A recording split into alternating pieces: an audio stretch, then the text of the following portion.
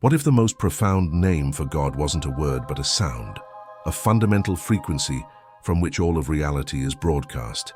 And what if you have possessed the receiver your entire life, but were taught to believe it was merely static?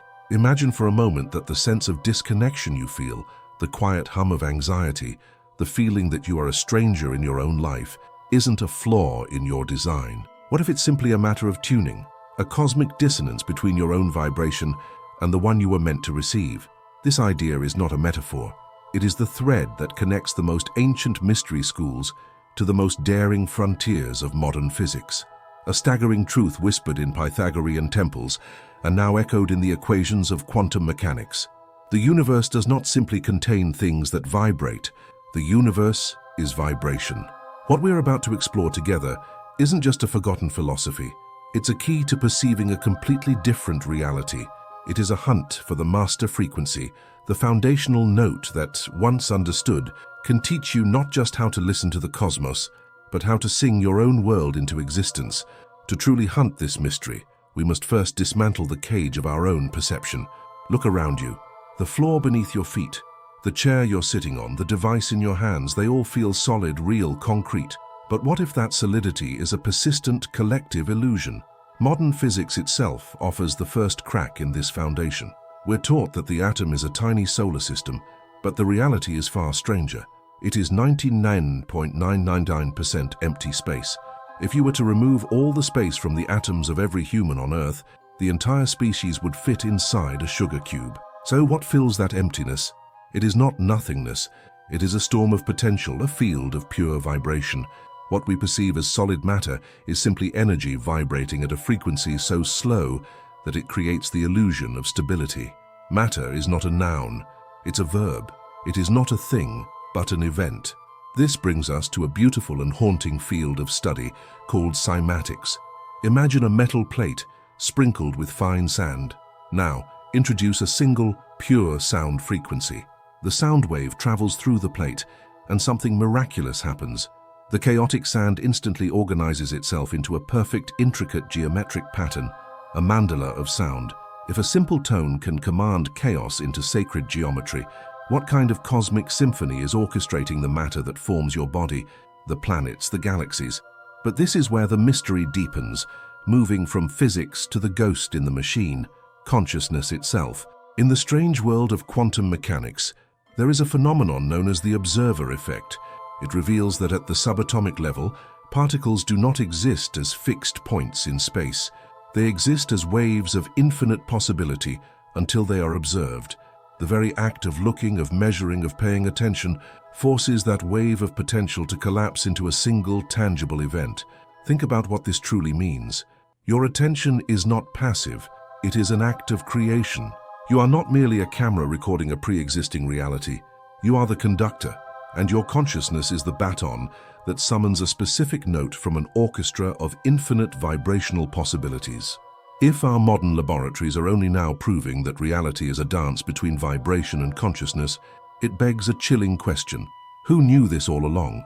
Who were the ancient architects that built entire civilizations upon this cosmic secret? Consider reality not as a static place, but as a film running at an impossible speed.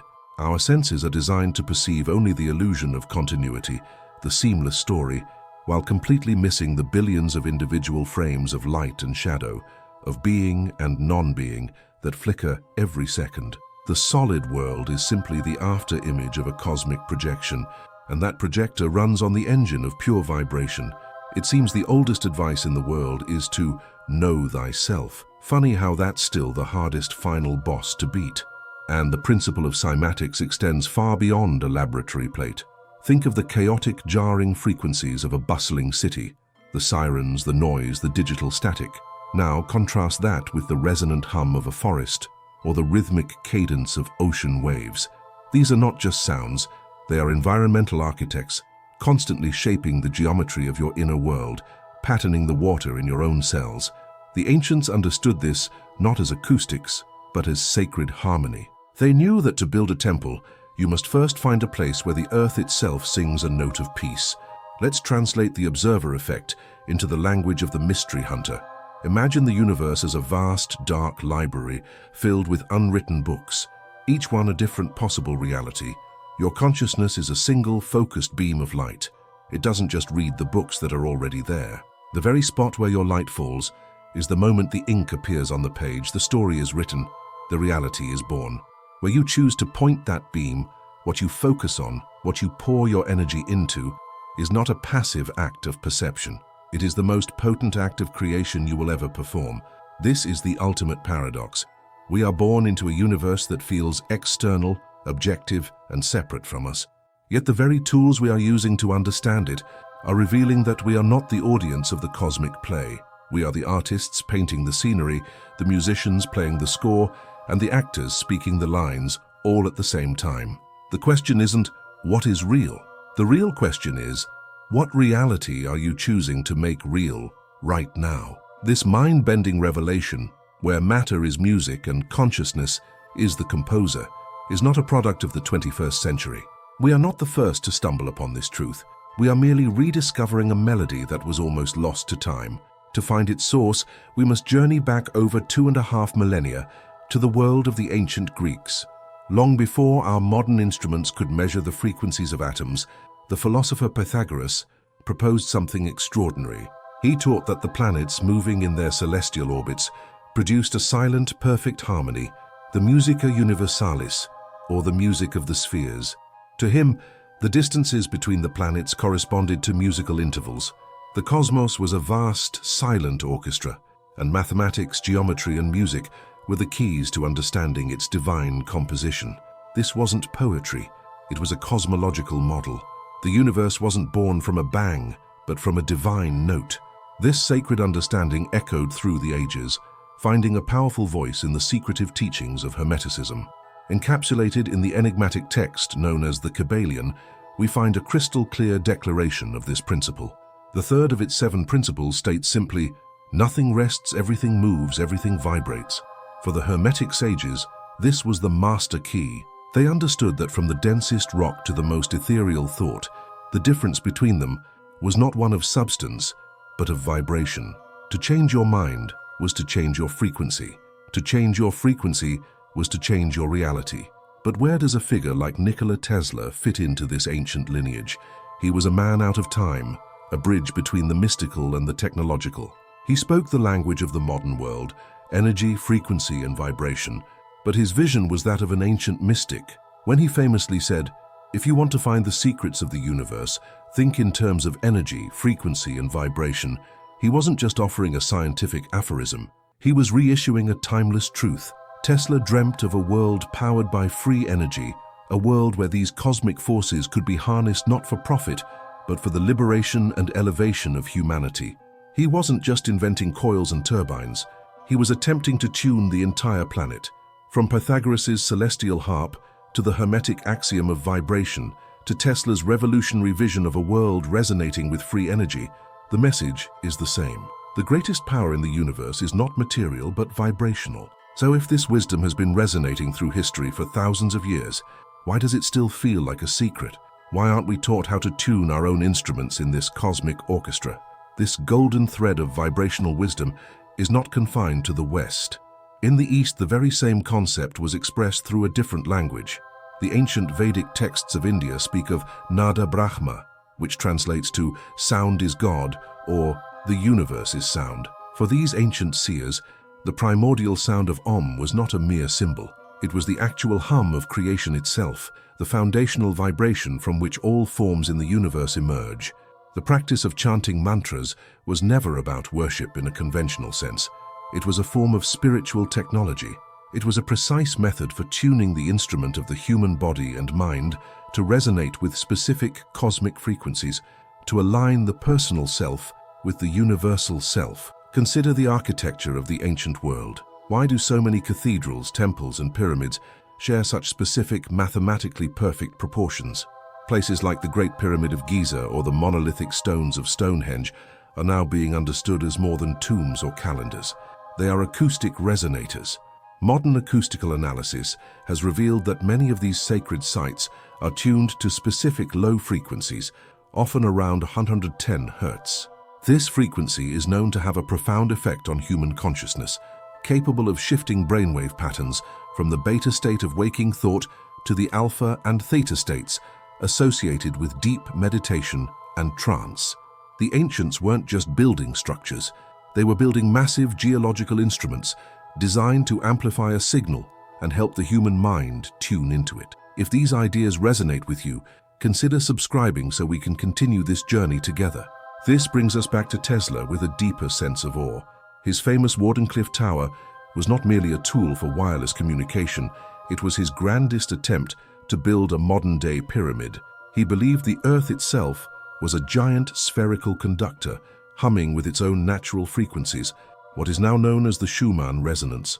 His tower was designed to tap into this planetary hum, to resonate with the Earth's own energy field and broadcast power freely across the globe. He saw humanity not as conquerors of nature, but as participants in a planetary symphony. In a sense, he was trying to give the entire world the key to the music of the spheres that Pythagoras could only dream of hearing. So the knowledge was never truly lost. It was encoded. It was hidden in plain sight, carved into the stones of temples, woven into the verses of sacred texts, and embedded in the geometric patterns of art. It wasn't a secret held from us, but a secret held for us. A truth so powerful, it could only be understood not by the intellect alone, but by a consciousness ready to vibrate with it. The question now is, are we ready to move from being students of this wisdom to becoming practitioners of it? So this grand cosmic principle, this secret of vibration, feels magnificent, but it also feels impossibly vast. What do we do with this knowledge on a Tuesday morning when we're stuck in traffic? This is where the hunt turns inward. The ancient wisdom is not just a map of the cosmos, it's a user's manual for your own consciousness. Let's break down the 3 primary instruments you use to broadcast your frequency, every single moment of every single day. First, there is the vibration of thought. A thought is never a private event.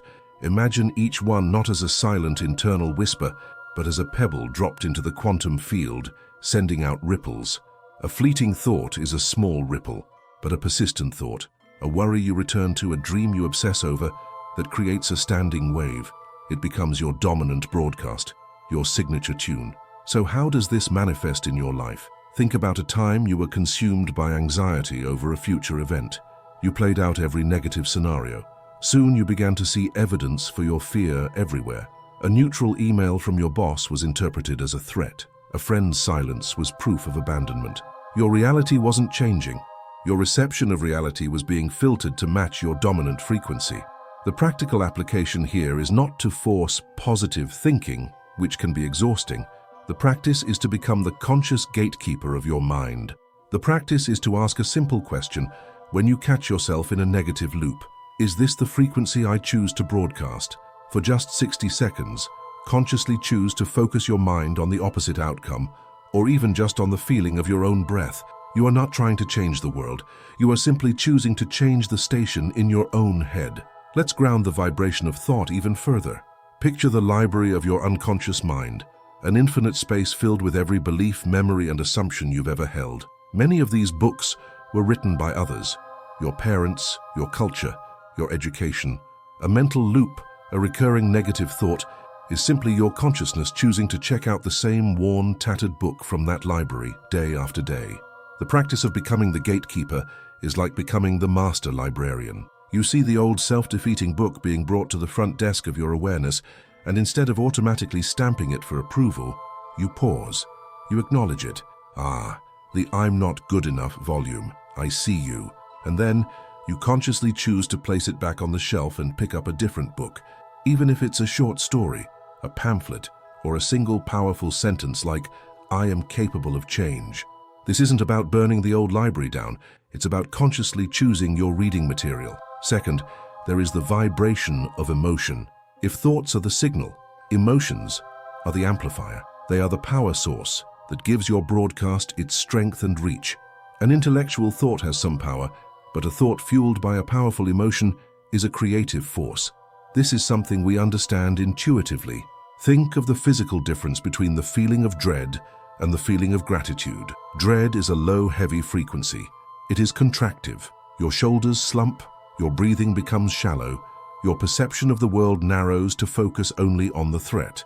Gratitude, on the other hand, is a high, expansive frequency.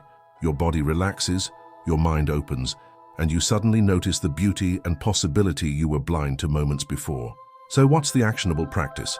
It's called emotional tuning. When you feel yourself spiraling into a low-frequency state, the goal is not to deny the feeling, but to introduce a new, more powerful frequency. The application is surprisingly simple. Find a genuine anchor of gratitude.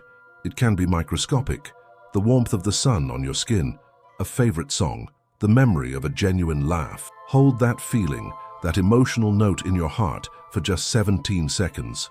This acts as a vibrational tuning fork, disrupting the pattern of the lower emotion and reminding your entire system of its capacity to resonate with a higher harmony. Now, for the vibration of emotion, let's explore the concept of resonance more deeply.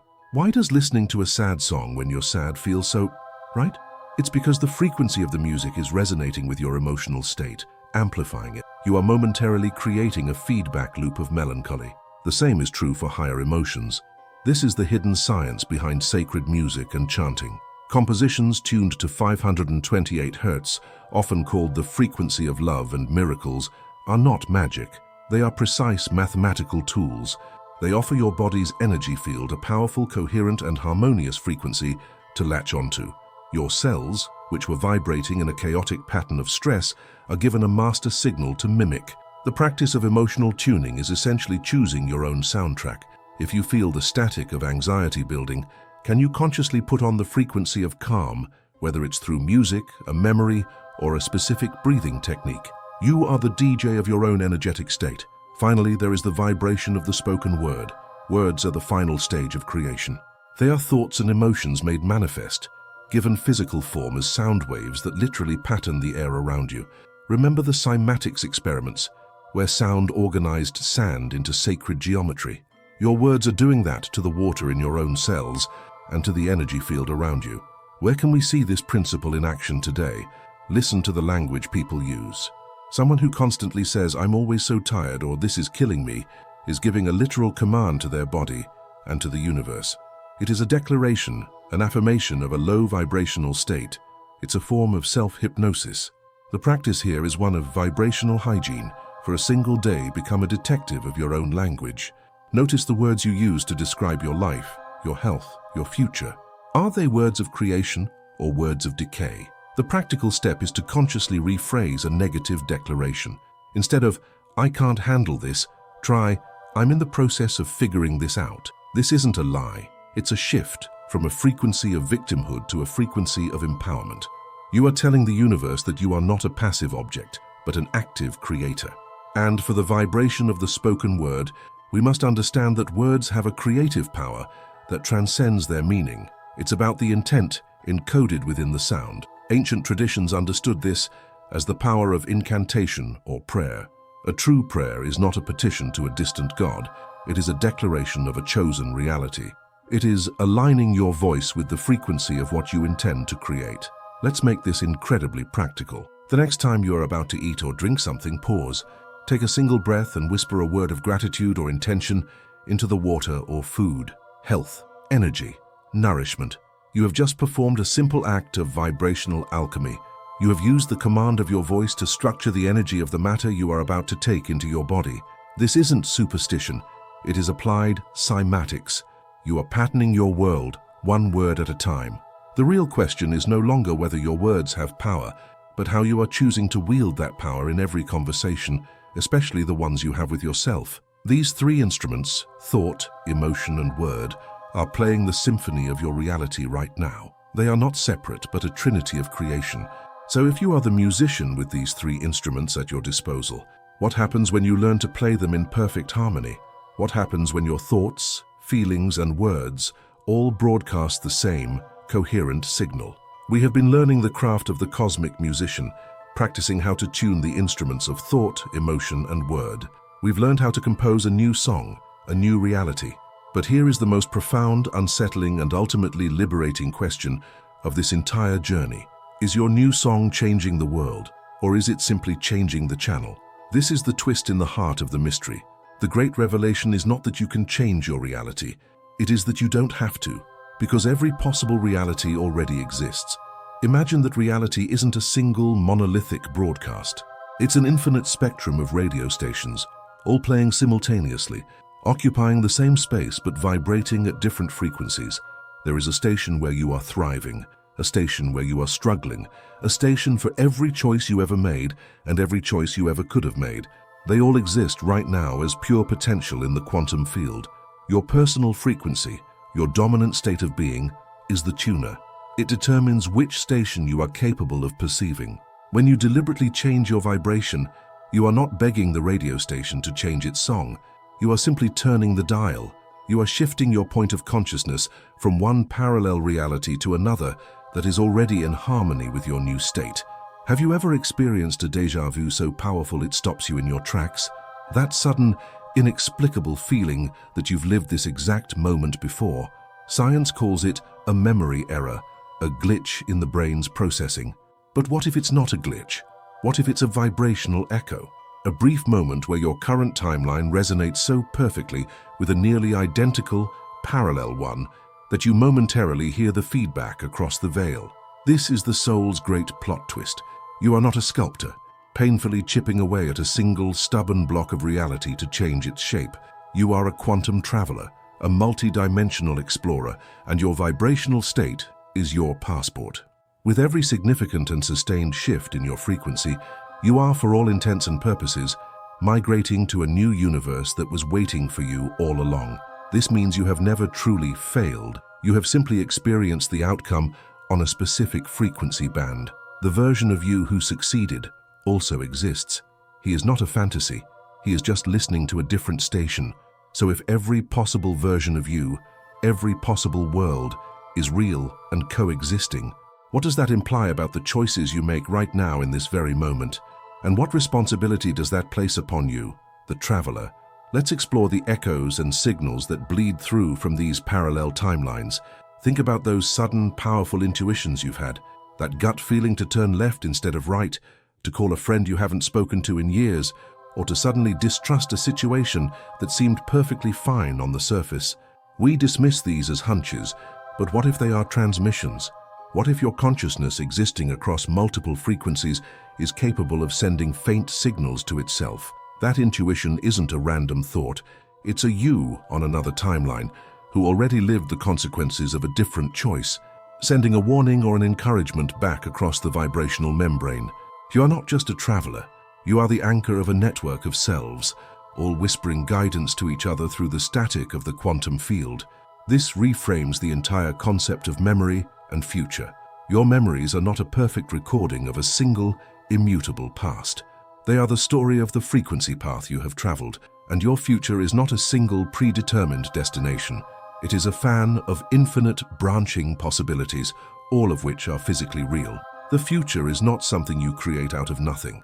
It is something you select by aligning your present vibration with the timeline you wish to experience. Prayer and intention, in this model, are not acts of pleading. They are acts of navigation. They are the coordinates you are inputting into your cosmic GPS, telling your consciousness which vibrational destination you are choosing to rendezvous with. And what about those moments of uncanny synchronicity? You think of a song and it plays on the radio. You have a problem, and the solution appears in a book you randomly open. Carl Jung called this phenomenon a causal connecting principle, a meaningful coincidence. But in a multiverse of frequencies, is it truly a coincidence? Or is it a sign that you have successfully tuned your receiver?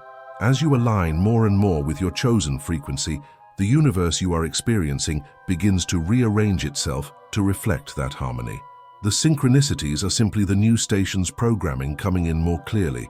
They are the universe's way of winking at you, confirming, "Yes, I hear you. Welcome to this timeline." This isn't just mind-blowing, it's a fundamental re-enchantment of the universe, where every moment becomes a potential crossroad in the infinite landscape of your own soul. The revelation that we are quantum travelers, shifting between parallel realities with every change in our frequency, is intoxicating. It feels like the ultimate freedom, but with this freedom comes a responsibility so profound, it can be staggering. If we accept this power, we must also accept its consequences. The question is no longer what can I get, but who am I choosing to become? This is the birth of a new kind of accountability, a vibrational ethic. It suggests that there are no neutral moments. Every thought you entertain, every emotion you amplify, every word you speak is a vote. It is a choice not just for your next experience, but for the version of Earth you wish to inhabit, and the version of yourself you wish to be. You are not a victim of circumstance. You are the architect of your timeline. This is the final boss of personal responsibility. How does this change the way we live? It transforms our relationship with the past. We often see our past as a fixed chain of events that defines us, a heavy anchor we drag behind us. But in a multiverse of timelines, your past is not a single story. It is a library of stories. By changing your frequency in the present, you don't erase the past, but you change your relationship to it. You activate the timeline where that past trauma became the source of your greatest strength, not the source of your eternal wound. The event itself doesn't change, but the universe you experience in which that event occurred and its meaning absolutely does. You are choosing to tune into the reality where you were forged by the fire, not consumed by it. It also revolutionizes our approach to the future. Most people live in a state of passive hope or active fear, treating the future as something that happens to them. The vibrational ethic demands we see the future as something that happens through us. It asks us to stop waiting for the world to change and instead to begin broadcasting the frequency of the world we wish to live in. If you desire a world of peace, you must become the resonant frequency of peace in your own heart, in your own home amidst the chaos. You are not sending a wish into the void.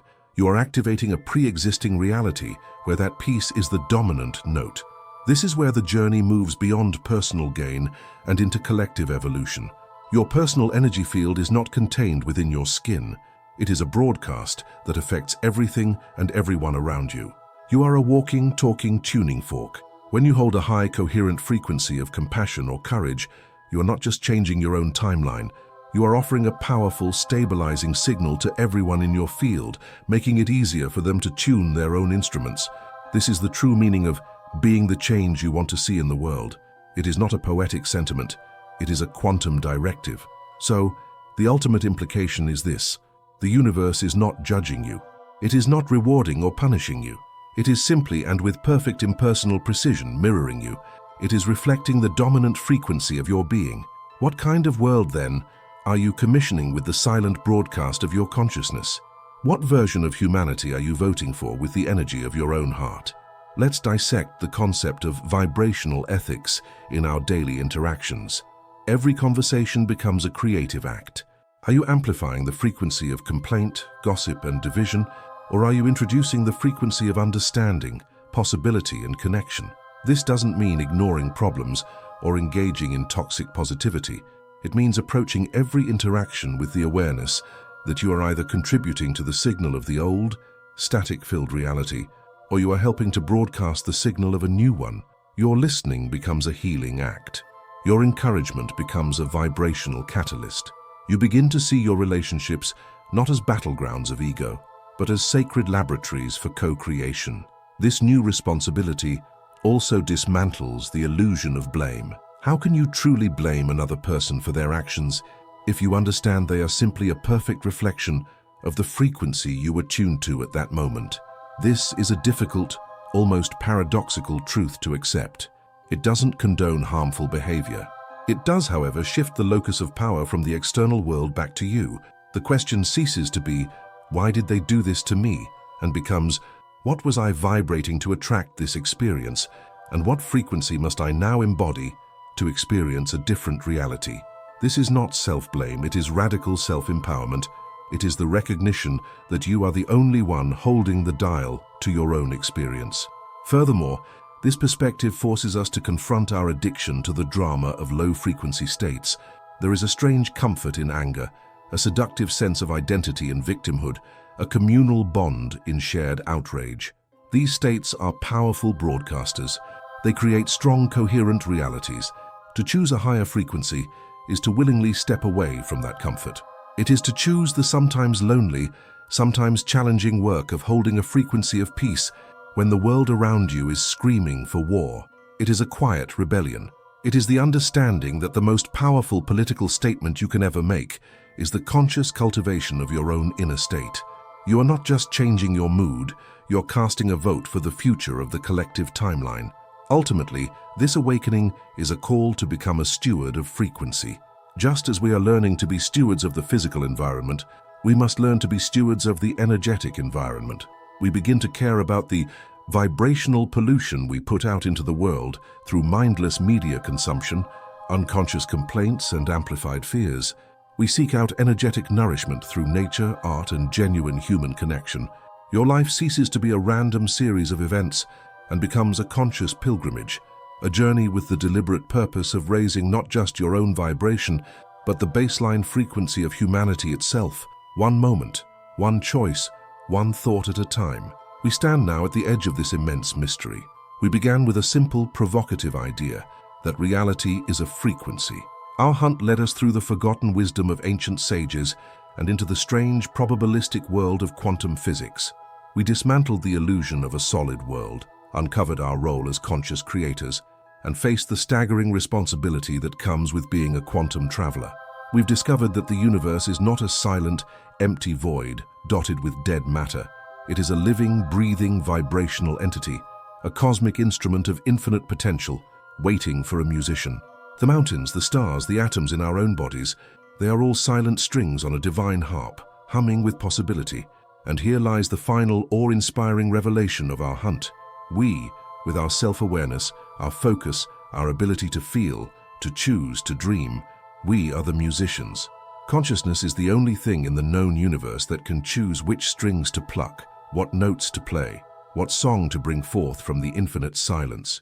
Without a consciousness to perceive it, the universe is just an unplayed symphony. This elevates our existence from a random biological accident to an event of cosmic significance.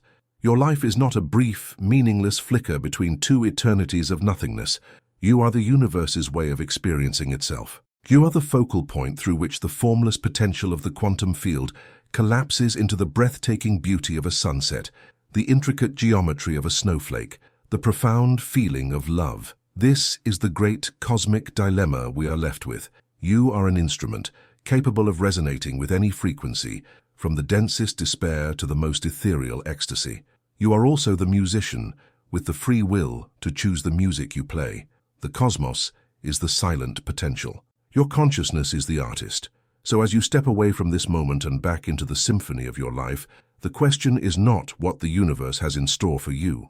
The only question that has ever mattered is this: what song will you choose to play? Liked this journey? Hit subscribe for more mysteries. And that's our hunt for now. A wild mix of documented history and tantalizing what-ifs based on bibliographical sources. What do you think?